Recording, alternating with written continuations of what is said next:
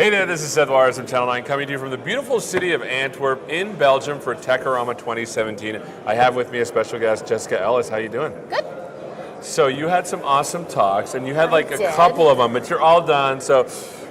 Yes. I'm very relieved now. So tell us a little bit about what you talk about. I did two talks. One was an IoT talk where I went over devices, and the other was a talk on how to inspire kids to want to learn how to code. So tell me about the first talk, and then we'll get to the second one. Okay. Because IoT is like, I had an IoT talk and things went horribly wrong. And really? Right, yeah. So tell me about your talks. What were you talking about? Mine went perfect in every way. Of course it did. Nothing went wrong at all. Yeah. No, I actually went over a bunch of devices. I had done an IoT talk before where I had kind of, I guess, started halfway through. And so this one was more going back and just going over the more popular devices. My absolute favorite device is actually an electric imp, which isn't well known. What is it? An electric imp? Yeah, I've never heard of it. It's a device, it's a company out of Palo Alto, and the thing that's great about it is there's no install. So you hook it up to a Wi-Fi with your phone, and then you just use a online IDE and you're go. And what does it do? Is it like do lights? Can you hook stuff up to it? Like what would I make with an electric? You get anything you want to hook up to a sensor, any lights, robotics, anything. Interesting. And what did you make with it? Well, I did the Hello World with everything. Okay. And then I did the moisture sensor. So I work at an urban farm. Okay. And so we have moisture sensors that are in the urban farm, and they're all running on electric imps. Got it. And when plants need water, it tweets us that they need water. And so you show up and the plants are asking for water. It says things like the kale's complaining that it's thirsty. Of course. And then you water and it just says, the kale says thank you. Nice. Yeah. So is that something you showed during your talk? I did. Okay. And so how hard would it be to get, because usually when I have sensors, because I'm used to like Raspberry Pis, you gotta hook those in. Are they on board already? Okay, so now I will tell you how that went all awry. Okay. Because I brought the moisture sensor to demo it, but my solder came undone on the flight over. It wasn't as soldered as I thought it was. So I didn't actually live demo that, but I had pre-recorded it. Oh, fantastic. So I faked it. So it's a sensor that you solder together and you wire into the actual... Yeah, so it's a moisture sensor. It has a lot leads, and the leads go into a breadboard. Got it. And the breadboard hooks into the electric imp. Fantastic. And when you are writing on the electric imp, what kind of code is it? Is it C, C++? Squirrel. Now let me see what language is that? It's the language of Squirrel. What does it look like? Is it like a C-based? It looks like JavaScript. Okay. Yeah. And is it? Did they invent the language? No. It was invented, but they commandeered the language. I see. But it's easy, and it's not a difficult language, and there's a lot of sample code. Okay. They have a lot of sample code. So I haven't written very much of it because I just steal it and use it. I mean, we all are Stack Overflow programmers, I think, at one time or another. So the electric, what other devices do you like to use? I like the Arduino for the first device, and I like Raspberry Pi. I personally have a love-hate relationship with the Intel Edison. Okay. Because I can't ever really just get it set up and it just does what it's supposed to do. I think that might be a limitation on my part, but possible.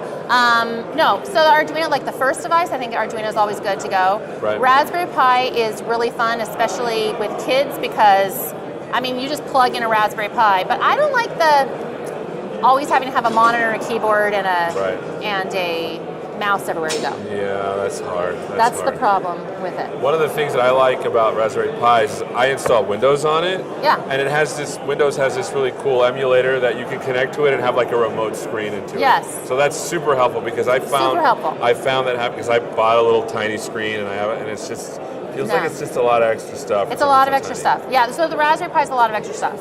But the purpose of the Raspberry Pi was never really for us to use it. What was the purpose? I'm curious. It's a UK company. It's only 5 years old, and they made them specifically to go to countries that really didn't have access to computers. So they made it for a cheap computer. So it was made for basically, smaller populations in Africa and Asia. And it was never intended really as a hobby device for us. We just realized a good thing when we saw it. Yeah, I love the Raspberry Pi. I know, but that wasn't the reason it was built. So when you think of it in terms of going into like a school to act as the school's computer, it makes a lot more sense. The monitor, keyboard, because they're giving them a computer experience. So my question for IoT for you, since you work on this, where do you see IoT going? Why is IoT important? Why should people think about it? I don't know that it's that important. Okay. I mean, I sometimes think that it's a solution in search of a problem, because until we figure out the security end of it, I'm not really sure. I think that that's really important right now. There's been way too many security mishaps with IoT. And so I think just delving straight into IoT solutions and thinking everything can be an IoT solution when we haven't figured out the security end of it is not great. But I mean, obviously there's lots of applications for it, but I think that we really need to back up and figure out security. What we're going to do. We don't really have any protocols. Interesting. And we don't. So it's really fun to play with, but I mean, I wouldn't install cameras in my house myself with a bunch of IoT things and think I had control of that, right? Yeah. They're the only device I know, like I only know Windows 10 because I only write in C#. So the Windows IoT device has this thing called TPM, and that's the only security that I know of. Right. TPM. But I imagine that if we're going to be doing IoT stuff, we should really think about security. Well, and Azure has some stuff, like I've played with the Azure IoT Hub some, because that is supposed to be a layer of security on there. Right now, most of the devices that I've used, they are compatible with Azure IoT, but they're not that great yet. Like the electric imp, for example, I think it's like a 10-second delay. I see. It's something huge, right now, because low priority. But obviously that'll change. I mean, all this stuff will get kind of taken care of. But right now, I wouldn't let my kids, build an IoT device with a camera or a microphone on it and have it in the room. Yeah, like, no way. I'm with you. Right. I'm with you. I mean, that would be absolutely crazy. Crazy. Right now. Yeah. So let's move on to your second talk. You were trying to inspire people to get their kids to learn the program. I'm successfully inspiring people. I heard people were tearing up and stuff. Really? I know. So I have been training teachers. There's a group of us, and we've been training teachers on how to teach kids to code. And then I have kind of a crazy group of kids. I work as a director of the Boys and Girls Club in San Diego. Awesome. I know. The blessed state of California, the land of my birth. It is. It's pretty awesome. We miss you. Yeah, I know. I think it keeps writing me. Like, when are you coming back? Stop tweeting me, San Diego. This is getting awkward, Exactly. I mean, I'm with someone else right now. You can come to the urban farm anytime. That would be kind of cool. It would actually be really fun. So you're at the Boys and Girls Club. Boys and Girls Club. Are you teaching them how to code there? Or Yeah. Okay. So we, what had happened was I kind of had these two worlds going. I was training teachers for teaching kids programming, and then I was also building an urban farm and cooking and farming curriculum there. I didn't really expect them to intersect, but then there was this extra room we didn't really have a plan for. So I said, well, hey, let's make it a tech room and teach coding. And the first time that I did classes, they all filled up, but it was all boys. And I'm like, we can't do that. Yeah. So I was sitting around with teenagers and said, what could we do that boys and girls would want to do together? And we created a summer camp called Barbacode, and it was half Greek barbecue cuisine and half computer programming. Oh my goodness. So they came to camp for a week and they did both those things. That's awesome. Yeah. So for kids nowadays, do you find that they uptake this stuff faster? Well, I mean, there's so much more stuff for them to do, right? Like they have so much more experience. Because the biggest problem for, like when people say how young can they code, it's not really how young they can code, it's when have they mastered keyboarding. Oh, I see. Because if their brain is going way faster than their mouse skills and their keyboard skills, that's just frustrating, right? Course. So if you have an 8 or 9-year-old that's all over the computer and been Minecrafting and has it down, then they probably won't be frustrated. I saw something and I was supposed to show you now that I'm remembering. What? We have a Minecraft educational edition that you can literally code with Scratch You were supposed to show me. And the first time I saw it, I was like, holy cow, this is amazing. Because I play Minecraft with my kids and sometimes without my kids. Right? And it was cool to see that you could actually code it to, like, imagine telling my kid, hey, I want you to build a castle in code. Yeah. To them, it's like, oh, well, how would I do that? And they would think like a programmer, and so that's something that's super exciting to me. I'll just show you. I do want to see it. I want to see it. Do that. That would be really cool. So what are some of the programs that, other than Barbercode, that you do or that you want to do to get people to learn how to code? So anyway, what we did, so within Barbercode, we had several students that wanted to keep going. So we ran it for 2 years because they graduated out of it, but we did a teen user group that met monthly. Oh, nice. And so that's when we got into IoT and started coding all kinds of devices, and we got into data visualization, and we just kind of threw at them, once they had their basic set of skills, you know how like you have to learn a certain amount to realize, this is what's open to me, right? So once they kind of had their basics, then they saw what was more open to them, and they told us what they wanted to learn and wanted to do. What were some of the examples of things they want to learn?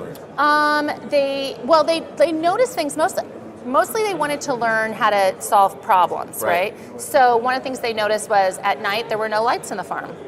And in order to get to the farm, you have to go by this huge basketball gym. Like it's super dark and there's no lights. It's just not possible. Sure. And so they wrote a little app on the phone and hooked an electric amp up to a bunch of lights. And we had a windmill in the farm, and so they strung the 23-foot windmill up with lights. And so they could be in the parking lot and turn on those lights before they walk down the path. Oh, nice. Or we could be in Belgium and turn on those lights, Right. Yeah. And so they started to see, once they had a basic understanding, a foundation, they started to be able to solve like real problems. You know programmers that like the code is their goal. Like when they see beautiful code, they're done. They don't even have to run it because it's like that's what they think. Most people are not like that, and most kids. They want to see what's the code going to do. Got it. So they want to see the result. Of course. And so that is the trick, is give them great results and give them to them pretty fast. That's awesome. Yeah, and as a group. Nobody, you know how in school it's always headphones and a computer? That's the whole problem. Nobody wants to put headphones in. I love how that works. So where can people go to find out more about your work or what you do? tkplabs.org or teachingkidprogramming.org. Both of those two, they actually connect with each other. Teaching Kids Programming is open source curriculum that you can start teaching your kids right now. Okay. And then TKP Labs is the arm that we do all the training. So we're like this summer, we're actually sending a trainer to Palestine. Oh, how wonderful. And to Malawi to train teachers in both locations. That's awesome. Well, thanks so much for spending some time with us. Jessica. Thanks, Seth. We have been speaking with Jessica Ellis all about IoT and also teaching kids to code. And the website, one more time. Teachingkidsprogramming.org. Teachingkidsprogramming.org. Thanks for spending some time with us. Thanks so much for watching. We got one more set of interviews that we're going to do. We're going to talk to the founders of Techorama, and then we're going to sign out from Belgium because we have to be on our way. So we will be back right after this tiny break. We'll see you.